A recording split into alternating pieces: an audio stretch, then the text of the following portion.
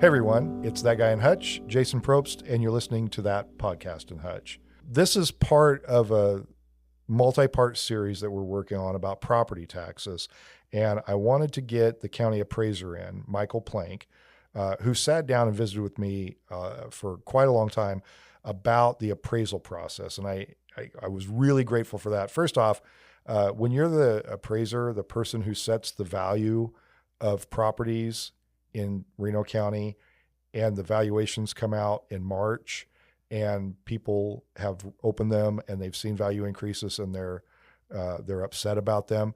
I have a lot of respect for a guy who holds town halls and who will come out and publicly talk about the process, the appeal process, and what's happening in the appraisals and in the housing market. And he doesn't shy away from this at all. And I think you have to respect somebody who does that. But Mike and I had a really good conversation that really offers, I think, some really interesting and good explanation of the appraisal process. It is statutorily governed, meaning that there's very little latitude that your local appraisers have. A lot of this is set at the state level, and they have to follow those laws. There's an oversight mechanism where they have to make sure that they're meeting certain benchmarks on accuracy, and if they don't meet those, there are provisions that cause a lot of problems for the county. So these guys have a lot of rules they have to follow, and it's a complicated job, and it's a job that has to happen. So a lot of people, they get their property valuations and they see $20,000 increase, and that's not the tax increase. A lot of people say their taxes went up that much, and that's not what that is, but that is a value change.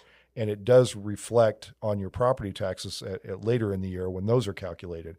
But there's a lot of detail in this. The property tax process and the valuation process is really complicated, and there's a lot of layers to it. And I was really thankful that Mike was willing to sit down and visit with me and help educate me on a lot of parts of this. And I hope as you listen to it, you'll find that some appreciation for the process.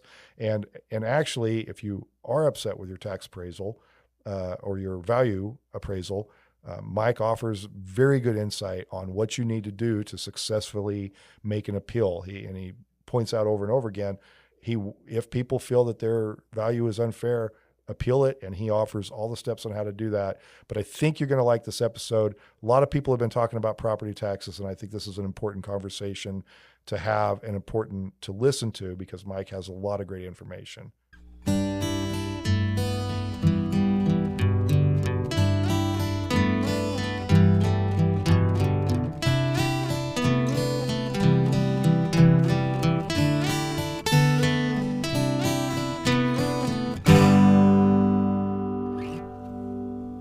I have in the studio with me today the Reno County appraiser, Michael Plank, and I was talking before that this time of year, the property tax valuations just went out. You might be one of the most disliked people in the county right now. Was that a fair statement, you think? That's probably fair. I wouldn't necessarily argue with that. Well, before we get in, I want to talk to you about property valuations, property taxes, how a lot of that works, because I think it is complicated. Property taxes are complicated, and they have gone up for people over the last several years. So I think it's a good conversation to have. But before we get into that, I want to talk about a couple of other things. You came here originally from Johnson County, and the way you ended up into the appraising business is you kind of came into it a different way. Tell me a little bit about that. Yeah. So nobody grows up thinking, "Hey, I want to be a county appraiser," right? Like that's not. That's not something. Not like a childhood dream of yours. Yeah, right. So no, I've lived in Kansas my whole life. I grew up down in Harper, so just south of Kingman, right? For folks that are familiar with the area. So my mom's family's all in the Sterling area, and my folks currently, my brother live in Wichita. So this is home for me, right? I grew up coming to the fair and doing the Cosmosphere and doing all the things. Yeah. Right. So this feels very comfortable. The style of life, the pace of life, that type of thing, right? But yeah, grew up down there in Harper, went to college in Emporia State for 4 years, and then kind of matriculated my way up I-35, right, to Johnson County. And originally, coming out of college, worked at some banks and, just kind of did the banking world type of deal for a while. Were you an accountant, or did you get kind of a business degree? Or So well, that's a funny story, I guess, too, a little bit. My college degree is actually it's a political science degree. Okay. But my last year in school there, I was like, well, I don't really want to be a lawyer, right? And that's typically what you do with a political science degree. So I my joke, I guess, is that I have a BS in BS. But yeah, so I got my degree, and then I was like, okay, well, now what do I do? Yeah. So just kind of finding your way around in the early 2000s. It was kind of a tough time to get a job, and so just started off as a part-time bank teller, right, and kind of worked my way through just the community banking system for a little bit. Worked for an investment bank for a little bit for State Street, their big international investment bank, and just kind of did accounting type stuff there. I obviously wasn't an accountant because I didn't have that kind of training, but and so kind of learned the back office stuff and balancing books and that type of stuff. And then a point came in my career where I kind of needed to decide, okay, which way am I going to go? And somebody that I had worked with at the first community bank job that I had said, hey, we've got some. He had since moved on. Hey, we've got some openings here in the appraiser's office. You should apply here, right? And so I did, and one thing kind of led to another, and I guess it's been, 12 years later now. Here we are, right? So I worked up there in the Johnson County Appraiser's office for about 10 years, and moved here in, I believe, 2022. So I'm going on my 4th year now. Okay. And like I said, moving back home, right? Yeah. Kind of that boomerang effect that I think we get a lot of in Hutchinson. Which is what we're always happy about that. Sure. Right? Yeah. Somebody goes away, goes to college, works for a while, wants to raise their family maybe closer to home, and they come back. Yeah. And that was it, right? Started a family, got 2 little kids. One's in elementary school, one's in pre-K. And we kind of had that conversation of, okay, where do we want these guys to go to school, right? Where do we want our kids to grow up? What kind of schools do we want them in? That type of thing. And so that was one of the pulls here too. Yeah. Now, obviously, having work was a big part of that too, right? If the job opportunity had not been here, then we obviously wouldn't be here. But yeah, that's kind of the short version, I guess, of how we ended up here, right? Okay. Yeah. And so well, before I move on to the work part of this, you told me, and hope I don't embarrass you too much, but you talked about some podcasting you did before related to KU sports. Yeah. So right? Tell me a little bit about that. Yeah. So for a while I worked. It was a freelance type deal, and they kind of paid you a monthly deal, not very much, right? Yeah. But just to write blog posts about, and it was for a KU website. So I did that for a while, and it was a big network of college blogs. And so, when KU would play another team from across the country, right, a lot of times that other site would reach out and say, hey, you want to do this interview? So, I've done a little bit of podcasting, I guess, but so it's not an unfamiliar format for me, but, something that was fun and paid the cable bill. And, sure. And yeah, just, something you do in your 20s, right? KU basketball fan? More basketball or football? It's sometimes hard to be a KU football fan, That's right? a fair question. No, I've always been a football fan first, which is weird for a KU guy, right? And I know I said I went to Emporia State. My mom worked for KU Med when I was growing up. Okay. And so I feel like I come by the KU fandom honestly, right? Even though I didn't go to school there. But yeah, my first big college sporting event was a KU versus Nebraska game. Football. Football. Okay. Game. And Nebraska was the number 1 team in the country at the time, and KU was terrible, and Kansas almost beat them that day. They scored with less than a minute left and went for 2 to try to win the game and didn't convert, and so KU lost 21-20. And that would have been, I want to say it was in '93 when that happened, but that was like my first big time traffic waiting out on I-70 for, however long it was back then. And that got me hooked right there. Yeah. Right. And so, then I figure out, oh, wow, the basketball team's pretty good too. This is a cool deal being a KU fan. So I get, Roy Williams in the mid 90s and all those teams back then. And so, yeah, but I've always been a big football fan first, had season tickets when we were in Johnson County, and spent a lot of time at the, at the old football stadium. Now it's all being remodeled. And it's going to be beautiful when it's all done, I think. But, yeah. Now they can win some more games. Well, that's let's hope, right? Fingers crossed. Yeah. Well, tell me a little bit about what it's like to be an appraiser, and it strikes me. I guess I will set this up a little bit. The property tax valuations come out this time every year. They've come out a couple of weeks ago. Mm-hmm. Then you instantly kind of see the chatter online. People are upset, and they're looking at it. I think sometimes there's a little confusion about property tax assessment going up versus property taxes going up, and how much that is. But at this time of year, there's a lot of focus on property taxes, property tax appraisal, how much homes are worth, and who's behind it. And it turns out you are. And more than, and I think that you deserve a great deal of credit for this. More than anybody I've seen in my time here, you are more public facing about this than anyone that's been in that position. It's normally, I would say, you don't know who your appraiser is. The appraiser is not interested in going out and doing public conversations with people. You do those consistently throughout the year. You talk to people about the process. You help them understand how to appeal their property taxes if they feel that their assessment is unfair. And I just haven't seen that from a lot of people. So I think you deserve a lot of credit for that. But tell me what it's like to be an appraiser and kind of the details of the job a little bit. Yeah, well, I appreciate the kind words there. I do believe in education, right? Not just for myself or my staff, but education of the public, and almost as importantly, education for our elected officials, right?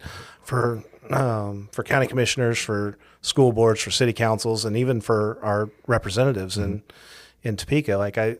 They're making laws on a process they may or may not understand, right? I want them to be able to understand that, and I want to be able to communicate that to folks. To answer your initial question, I do kind of a self-imposed social media blackout in the month of March. Probably a good call. Yeah, I mean, nobody likes to see bad things written about them or said about them or whatever, and I feel like that's a good way to try and keep my sanity, for lack of a better word there, right? But yeah, so and it's all the thing I lead with, I guess, is it's all statutory, right? We're not just making this stuff up as we go along. It's all statutory. You're getting your value notice in March because March 1st is the statutory day that we have to mail the notices out, right? Like, we don't get a choice in that. There is a very detailed and there's a very detailed and very reviewed process of how to decide what the value of a property is. And maybe let's start with this. Let's go through some very basic things that I think. There are different assessed valuations for different types of properties. Can we walk through that a little bit? Sure, yeah. But I think for most of our listeners, it's residential. And that's assessed at, is it 11.5%? Yes. Okay. Yeah, and again, statutory, right? It's not only statutory, but that is constitutional. State constitution, not federal constitution. Yeah. But the state constitution of Kansas has the assessment classes. So, and the way you figure, that's part of the property tax equation, right?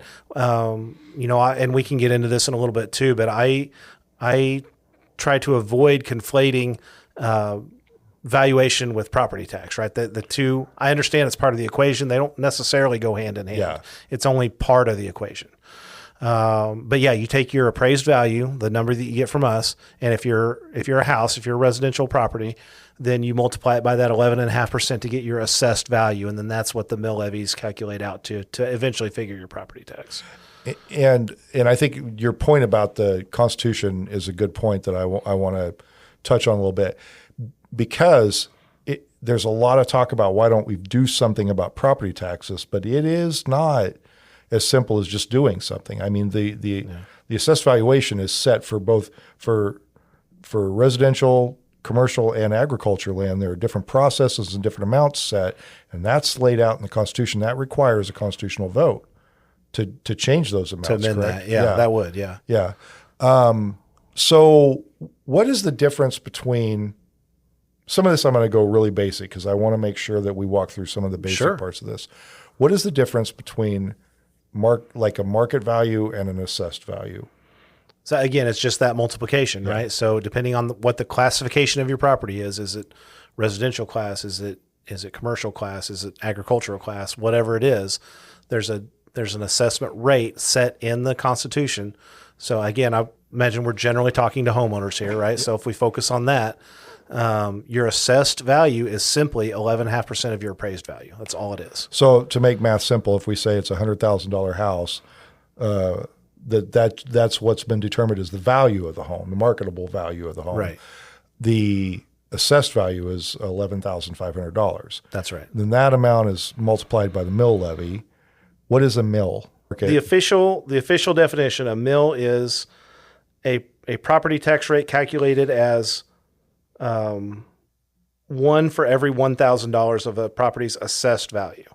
So is it like $1 for every $1,000? Well, it's 1 mil for every $1,000, right? Oh, 1 mil. Okay. Yeah. So if the mill was 1, it would be $1 for every $1,000.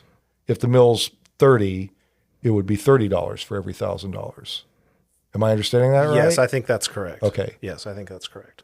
Okay. So that makes sense. So a mill is $1 per thousand. Yes. And then governing entities, governing bodies, your county commissions, your cities, your school districts, some cases you have drainage districts, cemetery districts, townships, fire districts, water districts, all the things. They all determine a mill that they're going to assess on property, and that raises a certain amount of money per $1,000. Well, so they're going to determine their total budget. Like, what do we need for the next tax year? Because right now these taxing entities are working on their 27 budgets. Yeah, they're always looking a year ahead, right? Yep. So they're trying to figure their 27 budgets. So they're sitting down and they're figuring, okay, how much money do we need to operate in 2027? And they'll come to a dollar figure. And then that dollar figure will get divided into the total assessed value of the properties in their jurisdiction, and that will result in the mill rate. So it's kind of reverse. Okay. Yeah. Okay. So they set a budget. They look at and the total valuation is everything in that taxing area. Right. So if it's a school district, it's every piece of property that is taxable in that district. Right. If it's a city, it's the city. If it's a county, it's the county. Right. And that's how so they take that and they run that math, and that's how they determine what the mill levy will be. Exactly. Yeah. There's a lot of pressure though on communities and taxing districts to either hold the line on that or come down, even if their budget demands something different. If they do the initial calculation, I've seen cities do this or other taxing entities where they do their budget comes in at one level, and then they start going through and trimming and saying, what can we do to get the budget down so we don't require quite so many mills? Right. And that's kind of the budgeting process as it relates to determining taxation. Right. And that all happens like after we set the values, right? Because we set the values at the beginning of the year. Okay. And then, so like we've set, that's the notice you just got a couple weeks ago at the beginning of March, right? So we set the values for 2026. So over the summer, then all these different taxing entities, the school boards, the cities, the counties, they're all going to work their budgets out, and then it'll go through that revenue neutral. Mm-hmm. They'll have to do their budget hearings and all the things in August, right? And then it'll get certified by the clerk, and then they'll send out the tax bills in November. Okay, so this is good. There is a real rhyme and reason to the way some of these things are done. You have to set the valuations before the counties, cities, et cetera, start working on their budgets. Well, I don't know that we would have to, honestly. That's just kind of how it works here in Kansas. It doesn't really matter what the values are, and that probably seems a little biased coming from me, right? But what matters is what the budgets are, because that's the amount of tax that's going to be collected. Okay. Where the values come into play is how does that amount of tax get divided up? Okay. Right. It's equalizing the tax burden based on the value. So like the guy with the $1 million house is going to pay more of that budget than the guy in the $100,000 house. That makes sense. Yeah. So then they get a look at the overall valuation, but it also helps set like what the potential tax bill is going to be for individual properties. Okay. Yeah. Once we know the mill levy and the values, then we can estimate what your property taxes are going to be. So along those lines, you do the valuations, and then that is the extent of your kind of, not the whole extent, but in the taxing formula, that's your portion of this. Your sole role in that is to make an assessment on the value of properties? Yeah, one of the things that I emphasized this year in the town halls that I held was I can help you out with two things: classification and valuation. Yeah. If you appeal your property, and we can talk about that later, I'm sure we will. But if you appeal your property and come in and complain to me about the property taxes, like I can't help you with that. Like that's not my jurisdiction, right? Yeah. That's we set the value, we classify the property, and we set the valuation. And what happens to it after that is up to the elected officials, the school boards, the councils, the commissions, all those things. Yeah. Yeah, that's exactly right. And sometimes your office will get a lot of blame for that when the property tax bill, like you said, when it's actually, here in Hutch, we have a lot. We have the county, we have the city, we have the college, I think, in the school district are the four big ones. Yes. And then there are a couple of other small ones. And sometimes I think that they see the valuation increase, and that's what drives it. Valuation increases have been significant the last several years. Can you talk about that? Do you have a sense of what's caused that, or explain kind of what we've seen in the last couple of years? Because there have been significant increases. Oh, absolutely. There have been. And I think the reason why the appraiser's office gets so much of the brunt of it is because, well, first of all, it's easy, right? Yeah. It's low-hanging fruit. It's, go talk to the appraiser about it. Yeah. Right. And that happens even if the county commission or the city keeps the mill levy the same or lowers it. Sure. Right. Because the valuation, they can do that. There's a scenario where a governing body could lower the mill levy, and if the assessed value goes up enough, they would pay the same or even potentially more in taxes, right. Correct? Yeah. Right. And we've seen a lot of that, especially over the last, I'd say 5 years, but you might even go back to a 10-year. We've seen a lot of that where the values would rise, and then whoever it is, whoever you want to blame, the commission or the council or the school board or whoever, right? Well, they'll have their budget meeting and they'll say, okay, well, hey, we held the values. We didn't change the mill levies. Yeah. Right. We kept the mill levy the same as last year.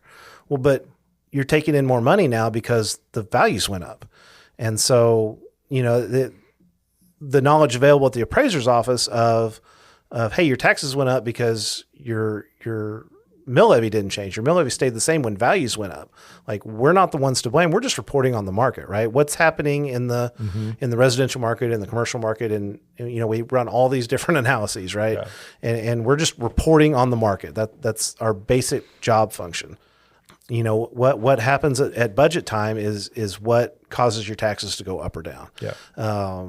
I've talked to most of our local, actually all of our local delegation, right? The state representatives that represent Reno County, and Senator Murphy. And, I'm trying to talk to them about, hey guys, we don't have an appraisal problem. Like most of the properties in Reno County, and we can talk about more about this too, are still undervalued by approximately 10%. Yeah. Our statutory goal is to value at 100% of market value, but we're not chasing the market. That's a bad way to phrase it.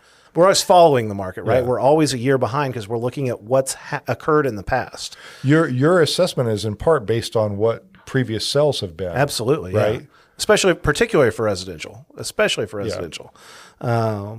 I want to really unpack this a little bit because that's an important part. Because one of the criticisms is that I could never sell my house for that amount. I hear that all the time. I couldn't sell my house for what the county has it appraised for. Yeah. But in truth, what you're saying is that your assessment is in part based on the previous year's sales of similar properties, showing that homes like that have sold for that amount. Yeah. And to kind of relate it to what we were just talking about, over the last 5 years, the median sales price has gone up 50%. And over the last 10 years, it's almost 100%. It's like 90, 95%. So the sell price in Reno County? The medians, not just Reno County. Yeah. Reno County has actually followed statewide trends very closely. Okay. So statewide. Okay. Johnson County, Wallace County, Reno County, they're all very similar in terms of the trend of sales prices. I probably shouldn't say these because I don't remember them exactly, but I want to say about 10 years ago, the median sales price was somewhere around 150, 155,000. It can statewide, not Reno County, statewide. Yeah, statewide, yeah. And now it's over 300,000, and that's almost 100% increase. And it's first of all, it's hard for us to keep up with that. Like, well, a lot of times we'll have a sale come through our office, and we'll just be like, really? I mean, and people are seeing that in their neighborhoods, and they go, well, this guy from California didn't know what he was buying or what. And there's some of that, but a lot of it is at this point, once that happens for several years in a row, like that's the market now. Right. Yeah. And again, we're just reporting on that. So I understand that we have this, and I'm trying to get away from the narrative that rising values automatically means rising taxes. And in the past, that has been true because, like we talked about, if you don't adjust the mill levy down when values go up, then taxes are going to go up. And that's part of the education that I'm working on, the public part of the education, right? But just kind of fighting that narrative of, hey, let's go blame the appraiser because he raised our value by 15% or whatever it was, right? Well, it's not necessarily. It depends on what happens with the mill levies this summer. If the mill levies don't go down or don't go down enough, then your taxes are going to go up.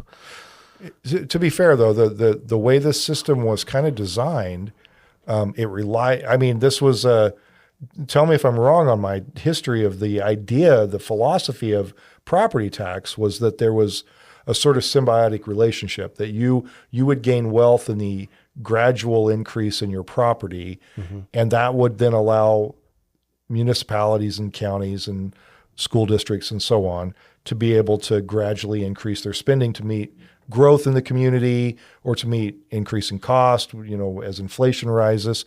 What we've seen in the last 5 years has been a little outside the norm. Is that right? That in terms of like valuation, the speed of valuation increases. Yes. Both in the marketplace. Yeah. And I think a lot of that was spurred by COVID. There's a lot of things in 2021, 2022, the historically low interest rates in the twos. Yeah. I mean, my guess is we won't see that again in our lifetimes. I mean, that was just historical, absurdly low interest rates, which made buying really easy, which made it a seller's market, which made it very competitive, right? And which drives up prices. Yep. And then in a place like Reno County, we don't have a lot of new construction. We don't have any spec building, especially for residential property, right? Like if you drive through Wichita or Olathe or probably even parts of Lawrence, they're just brand new neighborhoods, brand new subdivisions are flying up. They'll build that aren't sold yet. Right. Yeah. They're building them to sell them. Right. Yeah. But everything here is a contract to build. Yeah. We don't have any subdivisions where they're building 5 of them at a time and selling them and then building the next 5 and selling them. We don't have that here. And that puts increased stress on the market. Absolutely. Right? Yeah. Upward pressure. Yeah. Because the inventory that we have here is low. Demand is high. For a while, the interest rates were super low, right? So money was cheap. Yeah, money was cheap, exactly. And so that just created an incredible upward pressure on the sales prices of homes, and we had to reflect that. Yeah. Right? Because again, we're reporting on the market. Like that's our job, right? And it's difficult for folks, but Well, to your point about things being statutorily required, you have statutory requirements and you have oversight on whether you're doing this job right. Absolutely. You don't get to just throw a bunch of numbers out there and hope they stick. I mean, there is a process where every appraiser in the state is reviewed in some way to make sure they're staying within a certain margin. Is that right? Yes. So the Department of Revenue has a property valuation division inside of it up there in Topeka, and they have an entire staff of folks whose whole job up there is to run compliance checks on. I mean, they have 105 counties they have to keep track of, right? And so we have to meet certain ratios. We have to meet certain. I mean, and it's not just are they doing a good job? But there's procedural things. Like there's a procedural audit. Are they doing step 1, step 2, step 3, step they do that audit. And then again, are you meeting your targeted numbers? Are you meeting your sales ratio? Are you meeting your price-related differentials. Are you meeting your, your CAD, all the different alphabet soups that I could just bore you guys with probably for hours. But yeah, there's a lot that goes into it. And I haven't gone back any farther than 10 years, but for the last 10 years, which even predates my time here, because I've only been here 4, but Reno County has been in statistical compliance with the Property Valuation Division for, like I say, at least the last 10 years. And as a matter of fact, last year we got a perfect score. Yeah. So, I mean, and that said, like some of our sales ratios, for example, like we're barely hanging on. Like the industry standard for a sales ratio is for a mass appraisal, which is what we're doing, is 90 to 110% of market value. So like I say, your goal is 100% of market value. Mm-hmm. When you value a property, it should sell at that. But again, we're always behind the market. We're always following the market. Yeah. So our ratio for the last couple of years has been right around 90%. For last year, it was 90.2%. So what that tells me is on average, and I mentioned this earlier, on average, residential property in Reno County is about 10% undervalued. Yeah. But again, part of that is we're always following the market. Part of that was trying to keep up with the COVID market, right? Yeah. And just as a reminder to people, there were instances in this town where a house would list for, I'm just throwing numbers out, a house would list for $100,000, and that day, within hours, there'd be an offer above asking price. Yeah. That was happening here in this town. Yeah. And that itself has created a lot of upward pressure. You don't see those numbers, though. Those numbers aren't factored in until probably much later, though. Right. Yeah. That's why you're always about 10% lower. Yeah. Yeah. And the compliance stuff is always a year behind, right? Also. Yeah. So because they're looking at, especially for the sales ratio stuff, they're looking at, okay, what happened over the last year and what were your values the January before they sold, and how do those line up? Exactly. Yeah. So how does an appraisal, like if you're appraising my property, how do you do that? So we just kind of mentioned we're doing mass appraisal here. So I have 9 field appraisers in my office. We have a staff of 14 right now, including myself. 9 of those are field appraisers. So we have over 36,000 parcels here in Reno County that by law, by statute, we have to value every single year. Yeah. So it's not physically possible for 9 people to view, inspect, measure, do all the things for 36,000 parcels. So we utilize a process called mass appraisal. The quote unquote simple way that I like to explain it is we're valuing groups of homes at a time using groups of sales at a time. Okay. And hopefully that's not terribly confusing, but at the end of the day, we still have to put an individual value on an individual property, right? Yeah. So when we're doing our appraisal review process at the end of the year, usually November, December, January, and maybe a week or 2 into February is when we're actually selecting and setting values for all the properties. So we have the field staff. They're looking at the comparable sales for residential, if that's what we want to focus on. And all those come into your office, correct? Yeah. That's part of the all the closing sales paperwork and all the sales data that comes to your office, right? So, well, we don't get into the closing paperwork. We get what's called a certificate of valuation, which is the shorthand is COV, which is one of the hundreds of documents that you sign at closing. Yes. Right. That's the only document we get, but it has the buyer, the seller. It has some, 8 or 10, 12 questions on there that you check yes or no to. And then it has the sales price. Okay. And so that's the only document that we get. But every sale that we get is run through a validation process, right? Okay. Because again, state statute says that we're only going to value using open, quote unquote, open market transactions. And then it goes on to define what an open market transaction is. Willing buyer, willing seller, no undue compulsion, and a couple of other things, right? So a short sale or a foreclosure or a sheriff's sale, an immediate family member sale, those things are not arm's length transactions, right? A private party sale, an investment purchase, those types of transactions, auction sales are another one. Those are not open market transactions. And so for our purposes, we're not going to validate those. We put every sale into it. It's a valid sale or it's an invalid sale. And not that the transfer was invalid or invalid, but just for the value is invalid. For our market modeling purposes, right? Okay. So are we going to use this in our market modeling? It's a valid sale. Yes. If it's not a valid sale, we're not going to use it in our modeling, which means it's not going to pull up as a comparable on anybody's comp sheet. Okay. Right. So the sheriff's sale across the street from you, if you had one, is never going to show up on your comp sheet. Okay. Because for our purposes, it's not an indicator of market value. Yes, there was a sale price on it, but the sale price is not an indicator of market value because it sold off market or under duress or if somebody had one that of those property other taken reasons. away from them for non-payment Right, yeah. of taxes or something like that. Right, yeah. So you're not comparing apples to apples in that scenario. Yeah, well, Right. and we want to look at, like I said, we want to look at open market transactions, at sales that were exposed to the market, that had, that were listed, anybody could bid on them, that type of deal, right? And so those are the ones that we're looking at. Those are what's on your comp sheet. And so when we're valuing residential property at the end of the year, that's what we're looking at. Is we're looking at that comp sheet, and anybody can email in, call in, come into our office and request their property record card and their comp sheet. More than happy to provide those, right? That's what we're using to value. And that'll your tell property. anybody what the basis was for the valuation of their home. Right. Okay. And so when we're going through those, we have to go through, I don't remember the exact number. I want to say 24,000 residential properties in Reno County. We've got to look at 22,000 comp sheets, right? Mm-hmm. And so like there's no names on there. There's no, we're just looking at the 5 sales that are on there.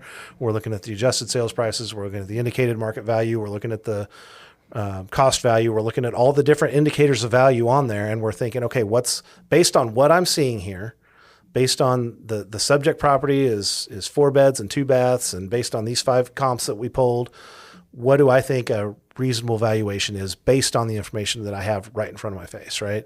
And so then whoever the appraiser is that's reviewing that makes that selection and has to move on to the next one. Yeah. Right. Like, so, I mean, we may spend 45 seconds, quote unquote, valuing a property. We may spend, an hour reviewing it and, okay, these comps aren't good. We need to kick these out or whatever the case may be. Right. But we have to get through all those every single year. And so we do have to select an individual value for each property, but we're using a mass appraisal process of grouping sales together and to try to make it so you can get it done by some statutory deadlines. Yeah, right? Because Otherwise that's the only impossible. way to do it. Exactly. Yeah. Do you some of the information you said there's no names on it? When we're valuing the property, you just look at the property. How do you know if you're giving yourself a discount on your deal? Oh, okay. I see where this is going. Who values the appraiser's house? Who values the appraiser's house? So I do have a list of county employees and appraisers employees, right? So after we've gone through the initial value selection phase, we do a couple of weeks of quality control where we're looking for outliers. We're looking for, this value doesn't make sense. We're just looking for things that stand out, that don't look right. And okay, we need to take a closer look at these.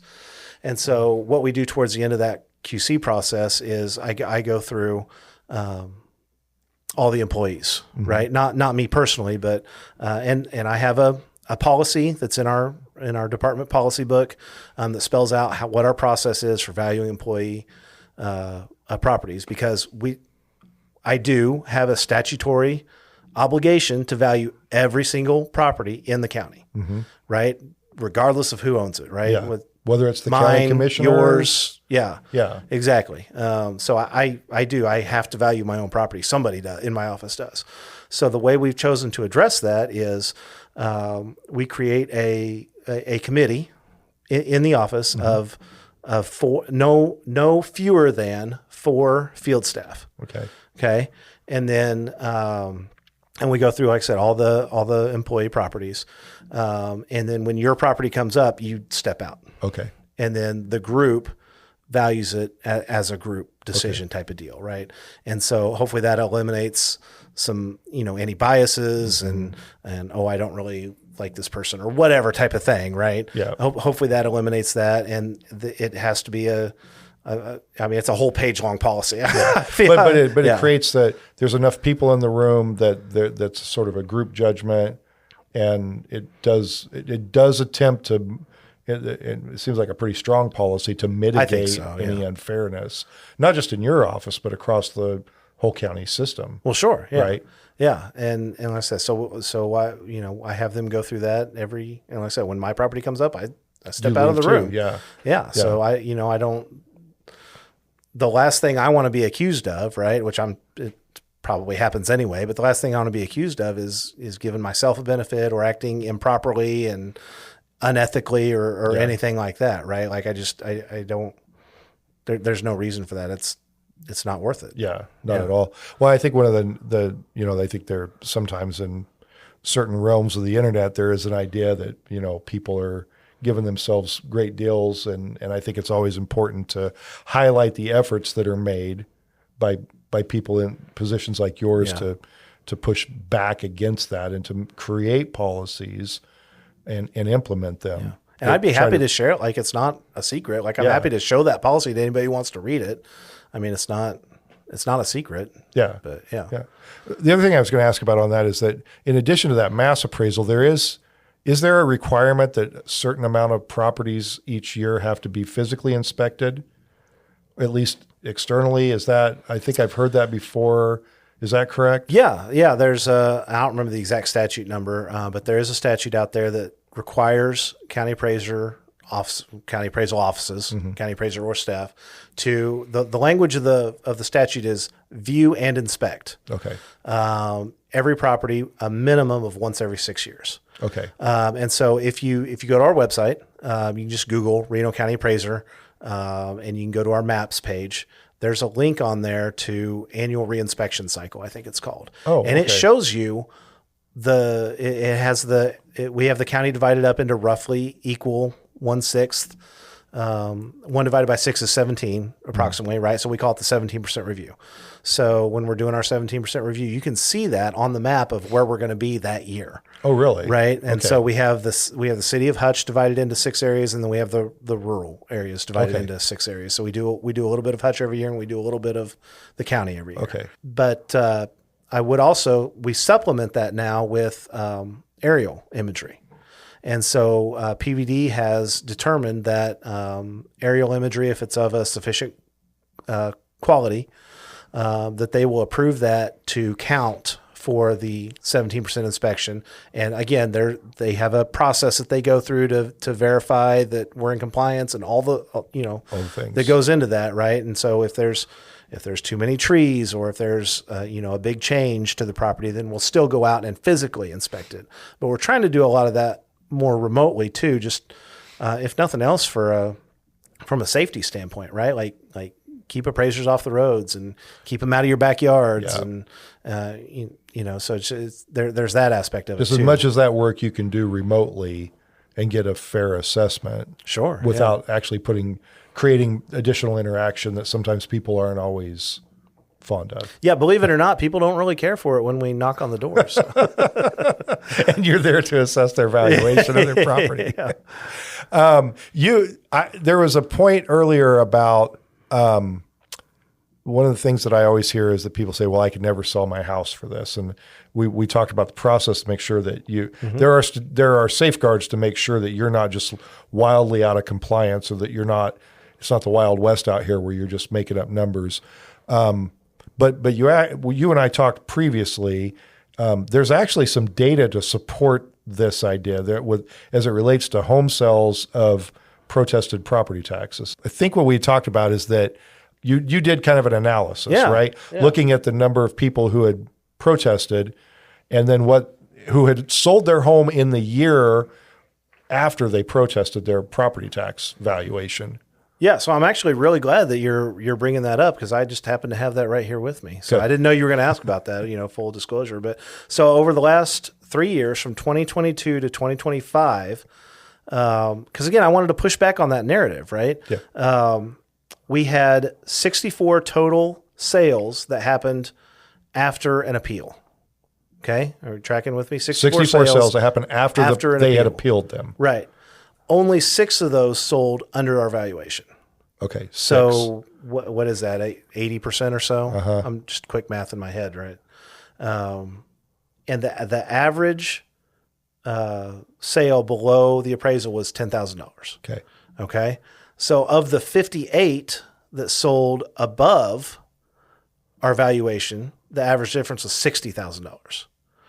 So they appealed it, then they sold it for $60,000 more than what we had it appraised at. Yeah. Right. On average. Yeah. For those 58. And about 12 of those sold for $100,000 more than our valuation. Right. So 4 of those 64 went to small claims, and all 4 of those. So the small claims is I guess we should start there. Yeah. After your informal appeal, you do have the option to continue your appeal. It's called small claims. Okay. The state assigns a hearing officer, kind of like an arbitrator, Okay. who hears both sides. County, how did you value it? Owner, how do you value it? And then they make that decision. And then after that, you can go to the full board in Topeka. But so 4 of those went to small claims. All 4 of those sold above the county's valuation. So the narrative that, I could never sell my house for that. Well, that's not the numbers I'm seeing, right? Now, if we have something incorrect on your record, or if we're missing something, or something happened to your property, right? The wind blew off half your roof or something, and we're not reflecting that, then we want you to appeal that, and we want to get that corrected, right? We're not out to get anybody, right? I'm not doing this for fun. That's a good point. You have no incentive. You don't get paid more for having higher property value. Like, there's no incentive for you to manipulate these numbers, right? Right. Yeah. In fact, there's a disincentive. I know. Yeah. My job would be a lot easier if I just kept everybody's value the same, probably. Yeah. Right. But I wouldn't have it for very long because, again, all the compliance stuff in Topeka, like they're going to figure that out pretty quick. And they're going to say, okay, Reno County, well, now that's a question I've gotten a lot lately too, that you haven't specifically asked yet, but I'll ask it for you, is what happens to a county that's out of compliance? And I gotten that a couple of times. That's a good question. Yeah. And the short answer is initially not much. If you're out of compliance for a year, they're going to shake their finger at you and they're going to say, do better next year. Right. But if you're out of compliance for 2, 3, 4 years, then the state does have the authority to come into your county, order a reappraisal, order all these things, right? And that's going to be at additional taxpayer expense, because not only are you still paying for the service of the county appraiser's office, but now you're also paying the state to come in and correct what they weren't doing, right? And so that's not going to be good for anybody. Like, I don't want that. The commission doesn't want that. Nobody wants that. Yeah. And if you're out of compliance to the underside, the reappraisal is going to happen, and people are going to see a significant tax increase or an appraisal increase. Absolutely. After that. Yeah. And there's not a single, like we said earlier, there's 105 counties in Kansas. There's not a single county that is above 100% on their sales ratio. Everybody's in the 90s or lower. And so there's not a single county in Kansas that's being overappraised right now. Wow. Well, if somebody wants to, if they disagree with you, despite all of the safeguards and all the things you do to try to be fair and match the market on this, people still sometimes disagree with you. What should they do if they disagree with you? No, great question. Get that a lot. But yeah, so there is an appeal process. You have 2 opportunities a year to appeal. You can appeal right now in March. When your valuation comes out. As soon as your valuation comes out, you have 30 days to appeal. Okay. So the appeal deadline this year is March 31st. Okay. Yeah. So and this is called the informal appeal process. If you don't make this one, you can still appeal at the end of the year during a payment under protest. But the caveat there is you have to make at least a half payment on your property tax. You have to pay at least the first half to appeal that.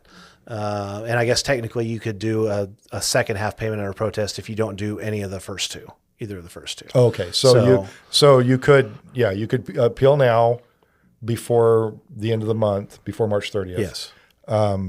You could go back and pay your first half taxes and appeal and under protest, pay under protest. Right. You could pay your full first half taxes and then appeal under your second half payment, which comes in May or...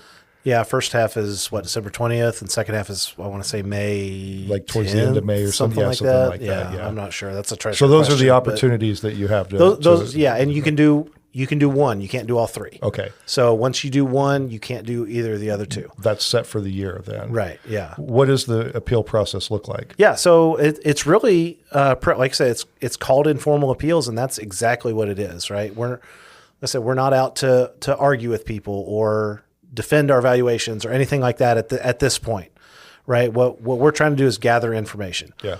Tell me why you don't think your house would sell for at or above what we have it valued at. We're just gathering information. There's a form on the back of your notice that you got. You can fill that out, send it into us, email it into us, whatever you want, however you want to do that, drop it off. Or there's forms available on our website too. You can just click on the informal appeal form and it'll pop up, and you can print it out and send it in, or however you want to do that, right? But to initiate the appeal process, it's government, right? We have our forms for everything. Yeah. So, fill out your form. Nothing happens without a form. That's right. Fill out your form to initiate that appeal process, and then we'll get you set up with a day and a time. If that doesn't work for you, then call us back, and we'll let you pick a date and time. And our office policy is to allow one reschedule, right? Because you're selecting the reschedule date and time. So if you don't make that, then I feel like that's not our responsibility, right? Yeah. So our policy is one reschedule. Statutorily, hearings have to be completed by, I want to say May 10th. So we're gonna do our appeal. We're gonna do our hearing. We call them hearings. Yeah. Our informal appeals in March and April, and if we need to go into that first week of May, obviously we will. We You're trying to wrap all that up by years, May. But yeah, statutorily we have to be done by May 10th, and we have to have the last notice out or the last result letter out by, I want to say May 15th. But, so there is a deadline there, which is why we have to. You have to be pretty strict about the rescheduling, right? Well, that too, and why we have the cutoff of. Well, I guess that's a statutory cutoff anyway. Like you have 30 days from when we mail the notice to appeal it, right? And so that's where the March 31st came from, because they come out on the 1st, and so 30 days later is March 31st. Pretty easy math there. So so again, we're just gathering information, right? You can do a phone hearing. You can just call us. We're not going to call you. You call us, because again, it's your hearing. It's your appeal. You call us, or you can come into the office and meet with your appraiser face to face. And again, just whatever evidence you have, right? Like, is something incorrect on the record? Do you not like the comparables that we used, right? Like, again, we can work with that. Or are we missing something? Those are the best reasons to appeal, probably, especially if we're missing something, if we have something incorrect. But bring in your evidence too, because again, we're trying to document, why do you think this wouldn't sell for what we have it valued at? So, photographs, especially interior photographs, right? Sure. Because you're not going into all. We're not going into all these houses, right? Yeah. So interior photographs, bids or estimates, like if you have, roof damage or ceiling damage or water damage or whatever the case may be, right? Bids or estimates to repair things. That kind of stuff is really helpful to us to make a determination on condition or desirability. Or let me back up here, I guess, real quick. So we have two types of data that we collect, right? We have things that we can measure. I can count bedrooms and bathrooms and measure square footage, and I can see what kind of roof you have and that type of thing, right? That stuff's I'm going to say easy. And then we have subjective data, things like quality, physical condition, desirability, location, things that affect value but are harder to quantify. And we have to attempt to quantify that based on what we observe, right? And so we have a system for that, and we're happy to try and explain that to folks when they come in about, okay, well, here's how we rated your house, and here's why, and this is what we see, and help us figure out, why you think that shouldn't be the case, basically, right? And again, we're gathering information at this point. We'll make a decision based on the information we have available. If you don't give us anything, then we're going to make a decision based on the information we have available, right? And all of this is done through the mail, by the way. So we'll notify you of your date and time through the mail. We'll send the decision letter to you through the mail. And that decision letter will have either our current valuation or something less on it. Again, statutorily, you can't go up because of an appeal. Okay. Yeah. Yeah. Yeah. You can't go in. Right. That's an important distinction. Sure. It's probably important to tell people about. You set the appraisal and they appeal it. You can't then go like, oh, we made a mistake on the wrong end of this, and then come back with a higher appeal. Right. Caveat for that tax year. Tax year. Now, if it turns out that you added 1,000 square feet and we missed it for that tax year, then we're going to add it on for the next one. For the next one, yeah. Right. But things like that will happen occasionally, right? We'll during the informal appeal, maybe you'll mention that, oh, well, my basement is finished and we don't have that on record. Well, we're not going to adjust it right away, but we will the following tax year. Yeah. Right. And it's new information. Right. But, and again, like I said, we're not out to get anybody, but our job is to be objective and fair. And if you have a finished basement and it's not on the record, well, then that's not fair to everybody else around you who does, has right? a finished basement. Yeah, exactly. Yeah, so because they're paying an increased valuation. They're dealing with an increased valuation based on a finished basement while you're sitting over here without. Yeah. So I think that's an important distinction to note. But yeah, so it'll have our current valuation or something less on it. And if for whatever reason you think that's you disagree with the results, but regardless of whether or not we gave you a reduction or didn't, or how much the reduction was, or for any reason, you do have the right to continue that appeal. Again, there's a form on the back of that notice, and you actually send that one to TPiH, and then they set you up with. We kind of talked about the small claims hearings already, but they'll set you up with that small claims hearing. We'll go through that process, and at that point, it's out of our hands. That's PVD at that point, right? Well, it's not. It's not. I don't even know if it's PVD, but it's an extension of the Board of Tax Appeals. Oh, okay. Yeah. So it's like a judicial system. Yeah, and they call it a small claims hearing, but it's still an informal process. The state sets the date and the time. So if you need to reschedule, you don't call me, you call the state. But the state sets the date and the time. They assign the hearing officer. The hearing officer puts both of us on the phone. They say, county, how did you value it? And we tell them, right? And then they say, okay, owner, how do you think it should be valued? And you tell them, and then they make that decision, right? Independent of our office.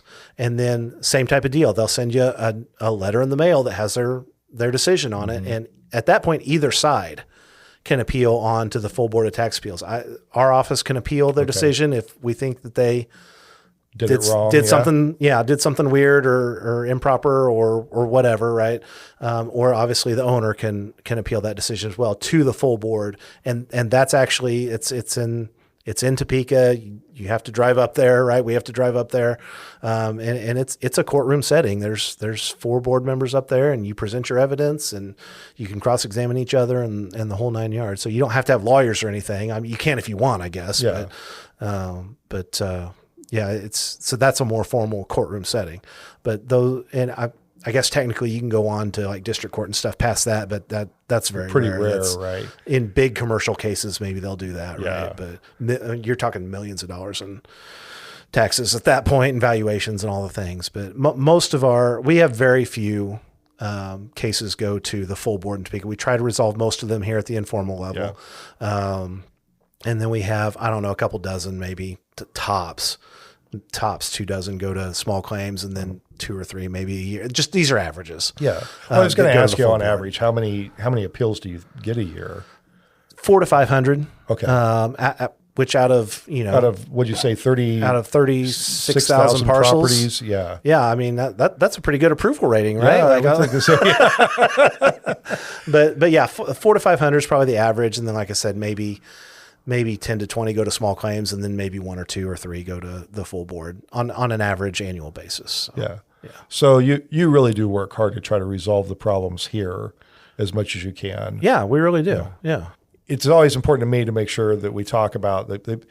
Sometimes you're making these decisions, you're doing a job that you're tasked with doing, and you and your staff live here and deal with the consequences of that just as much as anyone else. Sure. Right? Yeah. Property values going up in Reno County affect you as much as they affect anyone else. Absolutely. Right. Yeah. Yeah. We pay property taxes too, right? Yeah. Like we don't like them any more than anybody else does, and I say that too. I don't like paying property taxes either. I've told that to Mr. Murphy, and I've told that to our representatives. And I mean, that's nobody likes paying property taxes. And we understand that, we're a public service. I mean, I keep saying that at the town halls and everywhere else. Like, and I know that people don't generally view us as such in the appraiser's office. Oh, they're just out to raise our values and get our taxes. And like, no, we live and work and play here too, just like the people listening here do. Yeah, we're a public servant, just like the fire department or the health department or the roads and bridges, public works. Like we're trying to make our community a better place to live. And I know that sounds kind of weird coming from the county appraiser, but that's really how the people in our office feel, and that's how I want them to feel. Well, because the job's not going to go undone, right? Like it's a necessary function. I mean, this is one like people can. And this is an issue you talked about, Senator Murphy, and I had him on in a previous episode. He's presented an idea that would upend property taxes altogether and go to a consumption tax. And that's a fair conversation to have. But as long as this is the process we have, and it is the process we have, there needs to be somebody to do that work. Yeah. And that it's not going to not happen. It's going to happen, right? Yeah, and all you can do in your position is to try to do it as equitably as possible, right? And that's all I ask of the staff too is, do the right things for the right reasons, right? If somebody in an appeal is they're not giving you anything, and you don't have any reason to, you don't have any evidence to adjust something, then there's not much you can do, right? Especially at the informal level, I'm going to say it again. Yeah. Especially at the informal level, we're gathering information. Now, once it goes to small claims or especially BOTA, I'm going to defend my valuation at that point. Like I believe that our value is accurate and fair and was right, arrived at appropriately. Yeah. Once it goes to those upper levels, then I'm defending that valuation. But initially, no, just talk to us. Yeah. Yeah. Talking about that and the way things can change, you and I had a conversation earlier, sometime last year, after the Plevna tornado, and there were a number of houses and properties damaged out there after their property tax assessment had happened. After it had been valued. And I called you and asked you what sort of recourse do they have? Can you kind of walk through that? Because it's a different process, right? Yeah. So and this would apply for anybody. We're coming into storm season, yes. So this might be a useful bit of information for people. Yeah, for sure. But again, everything's statutory, right? So let's start there. There is a statute out there that is that talks about properties damaged as it relates to like storm damage events, and it's very specific. Tornado, windstorms, firestorms. I don't remember what else in there off the top of my head, but it talks about properties that are damaged in that manner. And it provides a mechanism to abate off some of the property taxes for that year, depending on when the storm hit, right? Like if it hit after, I hate to say it, it's August 1st or August 31st or something like that, then there's no relief, whatever that date is in the statute. But like the Plevna tornado was in June, I believe. Uh-huh. And so what we were able to do for the folks out there who sustained damage from the tornado or from the windstorm part of that particular storm, is we're able to figure out, okay, well, and I'm going to make this number up because again, I don't remember off the top of my head, but so this happened on the 135th day of the year. So, 135 divided by 365 is X percentage. And so, Y percentage of the house was destroyed. So X times Y. Okay. Then we're going to adjust your valuation by this, or your property tax by this amount. Right.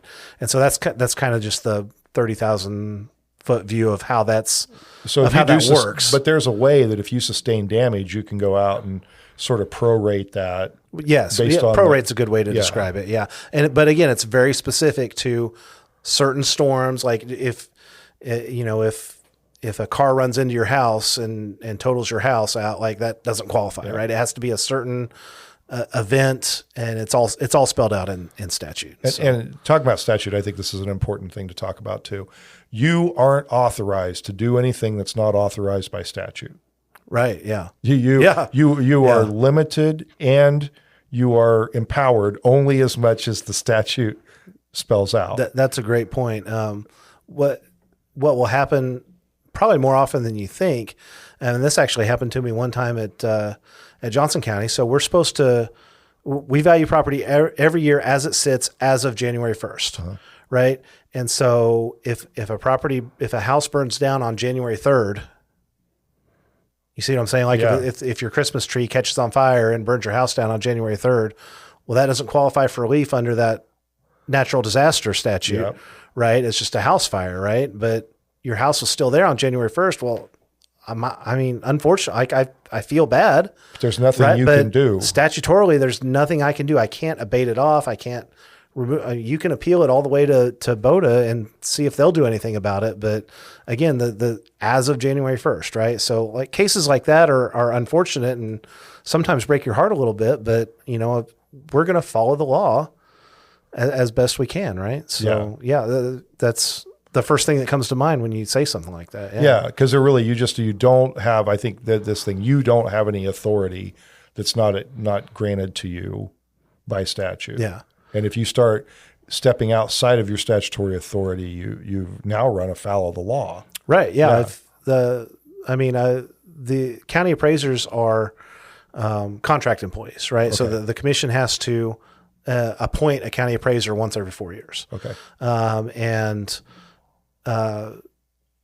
If I were to be removed from my office, right, PVD could do it, or the commission could do it if I break a law, right? Okay. So I want to make sure that I'm following the law to the best of my ability, right? Because that's one of the mechanisms that can remove me before my reappointment comes up. Yeah.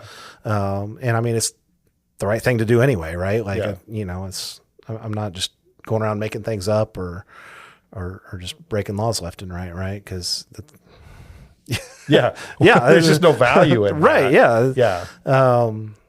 And you have, and I assume the appraisers collectively in the state are part of an association that helps them understand changes in statute and things like that. It's probably a pretty supportive group of people amongst each other, considering how the dynamics work in the public as well. Right? Yeah. We do have an appraisers association. It's an extension of it's an extension of the Kansas KAC, Kansas Association of Counties. Okay. And then there's a KC, more alphabet soup, right? Yeah. A Kansas County Appraisers Association. And we have we have a conference every summer somewhere in the state, right, where we get together and talk about changes in legislation and appraisal practices and compliance changes and all the different things that affect what we do, right? So I can only imagine the sort of jokes. Like accountants have their own set of jokes, and I can't. I'm sure. I hope an appraiser. I can only imagine what appraisers have for jokes. One thing that I know I visited with Senator Murphy about, and I've read several things about, is that, and I think this is part of the frustration that people are experiencing with valuations. A lot of the tax burden on property taxes shifted over the years. If my memory is correct, if you go back to there was a grand compromise in the 1980s on property tax assessment. It was pretty evenly split between residential, commercial, and industrial ratepayers.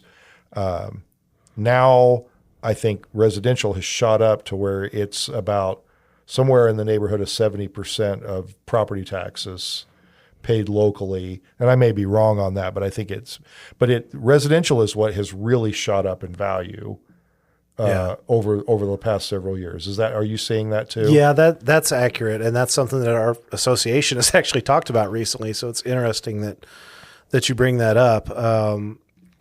Back in the mid 90s, residential paid, I think it was approximately 38% of all property taxes in the state. And as of 2024, I want to say that number's in the upper 50s, pushing 60%. So the burden on residential property has shifted by at least 20%, maybe 25 or 30 over the last 30 years. And so that's part of the pinch that homeowners are feeling now. And again, not unsympathetic to that, right? But, valuation and classification, right? Those are the only two things that I can do in my office. And so, but it's a good discussion to have. the reason I think why that has happened, and there's some good sources out there that talk about this, but there's been so many exemptions granted over the last 30 years. The commercial personal property exemption in 2006 was a huge one. There's an exemption just last year for watercraft and the ATVs, UTVs, the other personal property and items, even some right? airplanes. Yeah, some airplanes. Yeah, some of that type of stuff, right? And to be clear, I mean, when going back to your first statement about when a county makes a budget, that's part of the assessed valuation. Right. Right? Yeah. All of those things factor into the total assessed valuation. So if a county sets a budget and the state legislature has removed a number of things from the assessed valuation, they're making that budget off the remaining valuation. Yeah. Just because you exempt something doesn't mean the taxes go away. Yeah. Right. If I exempt, I don't know, if I exempt every property under $100,000, valued at $100,000, right? If I'm, the all powerful leader for a day and I get to do that, right? Mm-hmm. Well, those property taxes don't just go away. Those budgets still need to be filled. So that just shifts the burden from those properties onto all the rest of them. Yeah. Right? So in your scenario, everybody that has a property under $100,000 gets out of paying property taxes, but everybody who has a property over $100,000 is paying more in property taxes to meet those budgetary needs. In that scenario, yeah. Because again, the tax dollars demanded, I guess, for lack of a better word, the tax dollars demanded hasn't changed. And that's been my message to our legislators this year is look, guys, we don't have an appraisal problem. The appraisals are not the issue. Property in Kansas is not being overappraised. Mm-hmm. And I firmly believe that. What we have is a revenue and an expenditure problem. If we're gonna get rid of property taxes, like when we talked about Mr. Murphy, if we're gonna abolish property taxes, that revenue has to come from somewhere. Mm-hmm. Like we're not just gonna not pave roads, we're not gonna not build bridges, we're not gonna not fund schools. That money has to come from somewhere. Where is it gonna come from? And I realize that that's another kind of tax shift. We're just people want to call it a shell game or whatever, but the money has to come from somewhere. Yeah. And important to note, I think, and we got into this a little bit with Mike Murphy, the property tax is primarily how local governments are funded. The state doesn't collect a lot in property tax. There's 20 mills that are dedicated to education spread throughout the state with an exemption up to, I can't remember, it was 75,000 or something like that. That's right.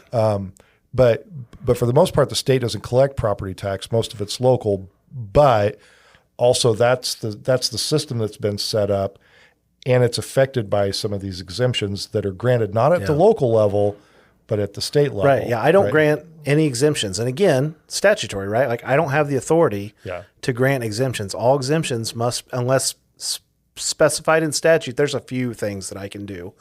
But in general, taxation is the rule, exemption is the exception. And so exemptions must be granted by the Board of Tax Appeals. Yeah. And so if you come in and file for an exemption, I'm happy to help you fill out the paperwork. I'll even recommend it in most cases, right? But that's got to go off to them, and they have to approve or deny it. I don't get to make that decision, which is a good thing. I'm not complaining about that. You don't want that. You don't want that. I don't need that. But yeah, it's tough, right? And I get that. And property taxes are the number one issue. I keep hearing that anyway. Yeah.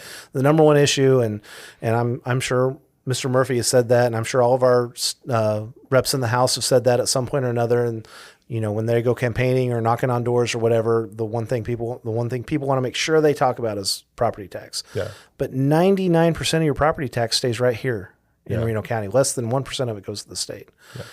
I understand that people don't like the property tax, but I also try to encourage, think of what your property tax goes for, right? For your police force, for your first responders, for your EMS and fire, roads and bridges, your health departments, your DA, right? You got to have the police force to catch the bad guys. You have the DA to put them away, and you got to have the jail to house them. Yeah, exactly. Yeah. I mean, and all that stuff comes from local taxes. City schools, right? We mentioned the community college earlier. Mm-hmm. That's supported by property taxes. Obviously, the elementary and middle and high schools are all supported by property. I mean, they get some funding from the state, right? Yeah. But they also get funding from local taxes, from local property taxes. And what of those things do you want to not have, right? Like that's always and when I think about, oh, my property taxes are high, well, what do I not want to support? Like, Yeah. yeah. Because I think that's a good point, because it is, they support things. I always make the joke that, people want their streets plowed in a bad snowstorm, no matter how much it costs. And I remember that there was several years ago, there was a very bad snowstorm this time of year, actually. And it was a previous city council, previous city manager, but he tried to explain to people how much it would cost to pave every residential street in Hutchinson to clear it from 18 inches of snow that had come down in one day. And in that moment, people didn't care how much it cost. They just wanted their roads plowed. I'm sure. Are there other things that you want people to know about the process, or about your office or your staff, or the work you do as an appraiser? You're just going to give me a platform like Just that. anything you want to say there. I mean, honestly, I think we've mostly hit on what I covered, like in my town halls, right? I did one in Pretty Prairie. I did one here in Hutchinson. And I think Mr. Parks wants to do another one like up in the Highlands or something later. It's not scheduled yet, but, so there may be another one coming, but, and I'm happy to provide that information also. I mean, I had a little 20-page packet or so that I kind of went through. I'm happy to provide that to anybody. I don't know. I guess the one thing I would just want to leave folks with is, we're there to help you, right? We're a public servant.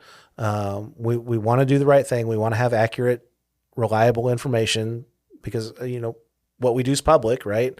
So we want to have accurate, reliable information. Just call and ask us, or come in and stop by, and we're not gonna bite your head off. Here's an interesting thing too. You also, your staff is pretty nice, actually, right? Well, They're pretty good. I mean, people. I think so. Yeah.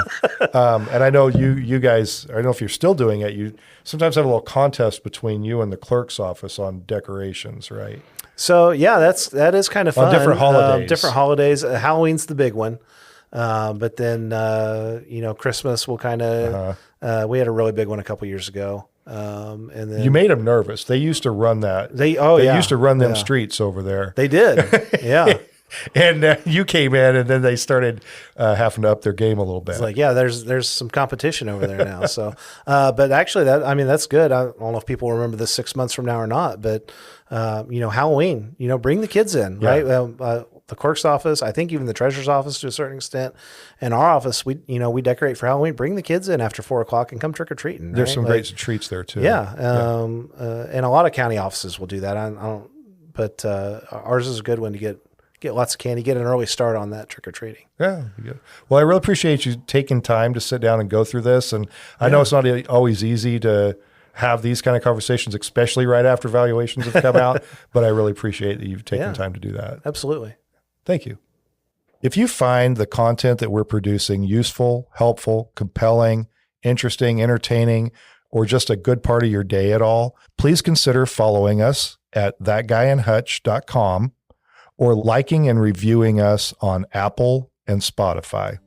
I want to thank a few of my friends who are really important to the podcast. Jenny Burgett designed my logo for me. My son Mitchell has written the intro music.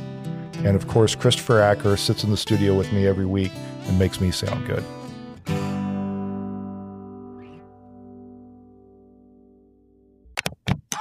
A Salt City Sound production.